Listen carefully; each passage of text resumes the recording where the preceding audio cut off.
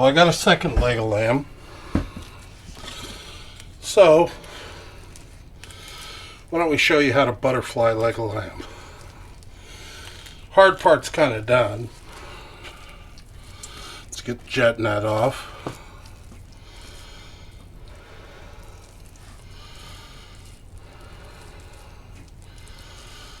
Open it up.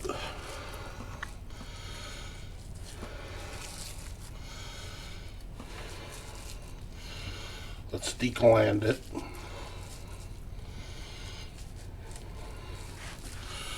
Okay, here's your leg of lamb, here's your gland. This is a shank. You don't really need to leave that there, but since it's such a small piece, it'll just be a little chewier than the rest.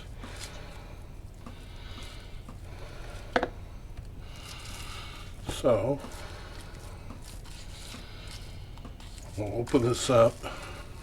See how you got a pocket here, and see how you got kind of a pocket here? We'll kind of fill that pocket in a little bit. So, what you typically do with the leg of lamb is you'll cut here, and you'll cut here, and you'll fold this way, and this will go this way.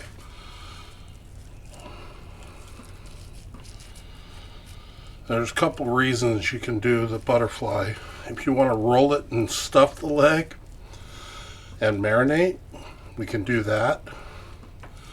You can do Mediterranean garlic. On the outside, soak the leg after it's tied and roast the whole thing, smoke the whole thing, and do the fresh basil or fresh pesto on the inside. It'd be a pesto stuffed leg of lamb with a Mediterranean garlic marinade and fresh rosemary on the outside, and you can smoke the whole thing. So what we do is we open this up, take that piece out, put it right there, butterfly that, so that's pretty much squared off. And you cut in, and that piece squared off. So now you got a square piece to work with.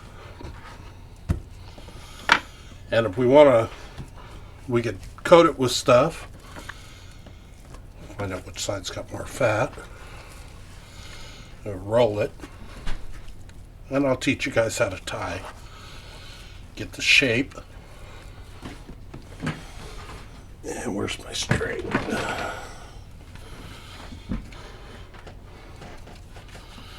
Do a little bit of string. Now, before we do, no, I won't need that. Let's teach you how to tie for a second. This isn't tying your shoelaces. This is a butcher's knot. Get enough cord. You can get butcher's twine online, or you can get it from your butcher. You want to lay it across your top two fingers. This part of your hand it's going to move, but the string's not going anywhere. And this string, we're going to hold it over here. Twist, pinch, pull it through the hole. Cinch.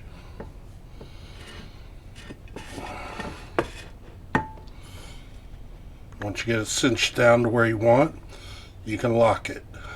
Now, if you screw it up, you can pull a string off and it'll go right back to straight. So let's do this leg. Say we got it all stuffed. First thing I'm going to want to do is a shape string. Just so it holds its shape. So when I'm tying it and adjusting it for the shape I want everything to stay together.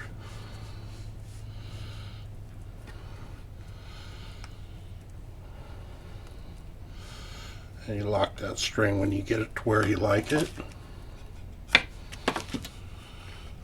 Now, along with that one, I do a one round string to hold its shape, one straight string to keep everything together. You don't want to pull these super tight. You'll end up blowing strings. These are just to help it shape.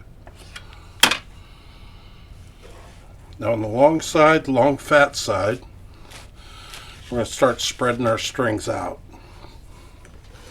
Now if we were doing butterfly, you could just marinate that leg, throw it on the grill flat, meat side down, and go for it. It's all set to go. If you want to do a roast, that's how you do a lamb roast.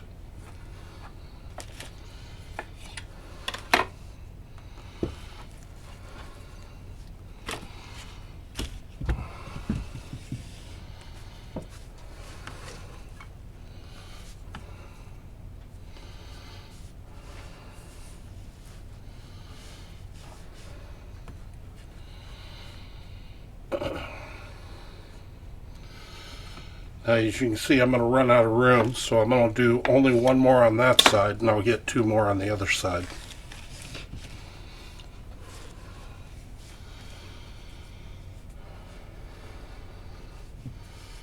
Now, this can be for presentation purposes. It looks pretty. Just remember to cut the strings before you carve it. You won't do the story I'll tell you later.